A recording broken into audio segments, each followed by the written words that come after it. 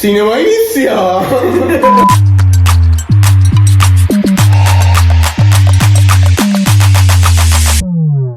بچه‌ها سلام، من آرمینم. سلام بچه‌ها، من امیرحسینم. برنامه باحال با هم بسازیم، فام باشه، بگیم بخندیم، کیف کنیم، خانواده خوشگل و باحال و کنار هم دیگه خیلی بسازیم. خاکی و خودمونی و آره بچه‌ها. و اینکه نظرهای شما خیلی واسه برنامه‌های بعد و مهمونای بعد مهمه واسمون که چیدمان برنامه‌ام به سلیقه شما باشه، ولی خب حتما واسه برنامه بعد با برنامه بیشتر و با مهمونای خیلی خفن میایم سراغتون.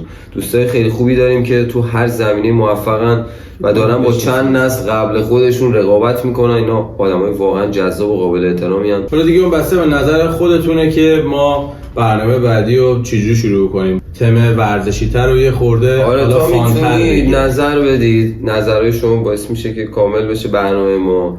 همین که اومدیم خودمون رو معرفی کردیم، حالا اصلا به فکر کمالگراییش و این چیزاش نبودیم، فقط خواستیم که شروع کرده باشیم این کارو. کسی که توی مسابقه شرکت میکنه اگه آخرین نفرم بشه تو مسابقه، بازم از بهترین تماشاگر خیلی جلوتر. شما دوست داشته باشید، ما هم دوست داریم دلی با هم بریم جلو، کیف بکنیم، اتفاق خفنی تو راه. خاطراتمون و روزمرگیامون و روابط خیلی خصوصیمون رو با شما دوستتون دارم. سابسکرایب کنید، زنگوله هم بزنید. آره این ادعایی که میگم در بیارید.